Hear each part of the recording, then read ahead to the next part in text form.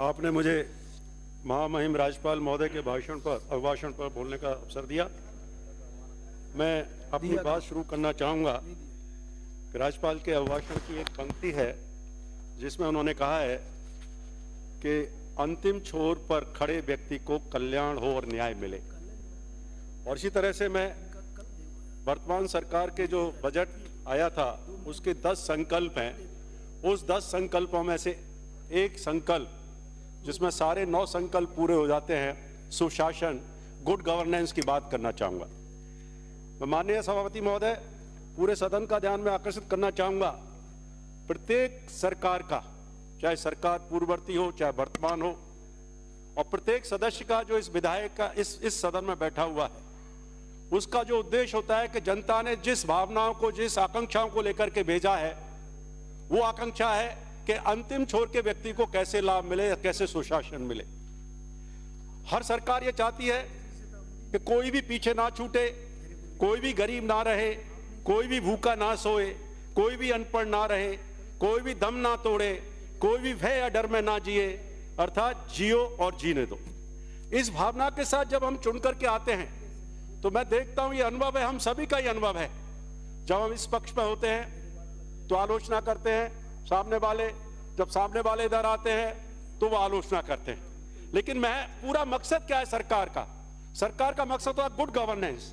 और इसमें मैं बताना चाहूंगा, महामहिम महोदय से अभिभाषण की जो शुरुआत की, महामहिम राज्यपाल को धन्यवाद भी देना चाहूंगा कि उन्होंने जो गांधी जी का कहा अंतिम छोर के व्यक्ति को लाभ कैसे मिले। हमारी ये ड्यूटी बनती है कि हम अपने ही हाथों से विधायिका के रोल को कमजोर करते चले जा रहे हैं। मैं माननीय मंत्री महोदय आपके माध्यम से कहना चाहूंगा, मैं भी मंत्री रहा हूं और मैंने भी फेस किया है और आप भी फेस कर रहे हैं। हम स्वयं ही अपने कलम से अपनी विधायिका की जो स्ट्रेंथ है, और जिसमें मैं मंत्री महोदय से ये अनुरोध करना चाहूंगा कि जितने भी आप देखते हैं कॉर्पोरेशंस बनते हैं, हरीश चौधरी जी ने कहा था, मैं भी उससे जूझा हूं। और माननीय जल मंत्री जी का धन्यवाद देना चाहूंगा कि जो प्राधिकरण का बिल लेके आए थे उसको प्रवर समिति को सौंपा और उस पर विचार कर रहे हैं।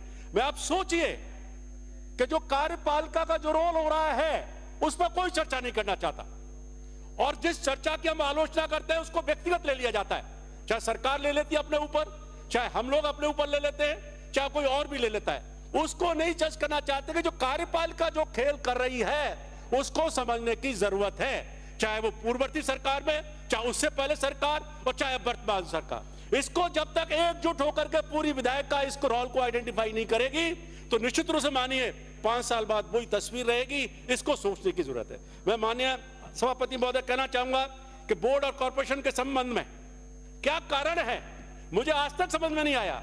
मैंने भी एक बिल रोका था कि क्या कारण है कि एक एग्जीक्यूटिव के ऑफिसर को 3-3 4 दे दिए जाते हैं, सीएमडी वो, एमडी वो, सेक्रेटरी वो, एक ही व्यक्ति। तो कैसे पावर्स का बैलेंस होगा आप बताइए। इसको खुले विचार से डिस्कस करने की जरूरत है सभी पूरी विधायिका को, और इस तरह के नियम लाने चाहिए कि सीएमडी, मैं तो कहता हूं पॉलिटिकल ऑफिस डेमोक्रेसी है, गणतंत्र और जनतंत्र की व्यवस्था किस लिए की थी?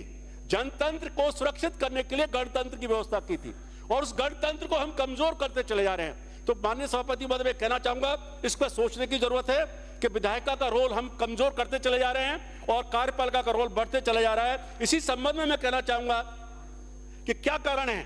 अभी 2 विधेयक आ रहे हैं, बीकानेर विकास प्राधिकरण अधिनियम भी बिल आया है, भरतपुर का भी आ रहा है, उससे पहले भी कोटा, बीकानेर, अजमेर बहुत सारे हैं। जेडीए में जब मंत्री चेयरमैन हो सकता है तो भाई भरतपुर विकास प्राधिकरण, बीकानेर विकास प्राधिकरण या अजमेर विकास प्राधिकरण या जोधपुर विकास प्राधिकरण में चेयरमैन क्यों नहीं हो सकता? मैं इसलिए कहना चाहता हूं कि अगर आप सीएजी की रिपोर्ट्स को पढ़ लें, सभी लोग पढ़ते हैं, बहुत सारे लोग पढ़ते भी हैं, उसमें सीधा आएगा किस तरह के घोटाले किए जाते हैं इस कार्यपालिका के द्वारा, और उसको 4-4 साल 5-5 साल तक वो रिपोर्ट नहीं आती है। हम देखते हैं, आप सीएजी को पढ़िए। खुद विभाग के मंत्री जी से मैं अनुरोध करना चाहूंगा कि अगर आप उनको पढ़ लेंगे तो आपको मालूम पड़ जाएगा कार्यपालिका क्या करती है। लेकिन अफसोस कि इस पर काम नहीं हो पाता है, इस पर काम करने की जरूरत है। दूसरा मुद्दा मैं लेना चाहूंगा उच्च शिक्षा का। मैं उस शिक्षा में रहा हूं, तकनीकी शिक्षा में रहा हूं, शिक्षक रहा, मंत्री बनने का मौका मिला। आप देखिए क्या स्थिति हो रही है। वो ये यूनिवर्सिटीज व्हाइट एलिफेंट हो गई हैं। प्लीज समाप्त कीजिए। वाइस चांसलर्स को कोई मतलब देखिए कोई कंट्रोल करने वाला नहीं है। बाहर के व्यक्ति कुलपति आ रहे हैं, हमारे समय भी हुआ और अभी भी हो रहा है, और वो कुलपतियां नियुक्त कर दिए गए जिन पर दूसरे राज्यों में बर्खास्त किया गया, जिन पर आरोप लगे। इसको भी देखने की जरूरत है और इसमें संशोधन करना चाहिए। कुलपति से आपने कुलगुरु किया, बहुत बढ़िया, लेकिन कुलगुरु की क्वालिटी क्या होनी चाहिए, इसको भी डिफाइन करने की जरूरत है कि कुलगुरु जैसी क्वालिटी वाइस चांसलर्स में, कुलपतियों में होनी चाहिए, इसको देना चाहिए। एक और मैं जल की बात करना चाहूंगा।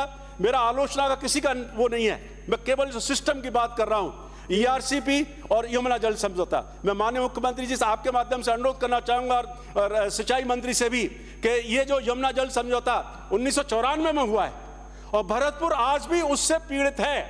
पूरा पानी 400 जो MSQ पानी नहीं मिल रहा है, और उसमें मैं कहना चाहूंगा बाण गंगा गंभीर नदी को 5 लाख बांध से जोड़ करते हुए और उसको भी लिया जाए।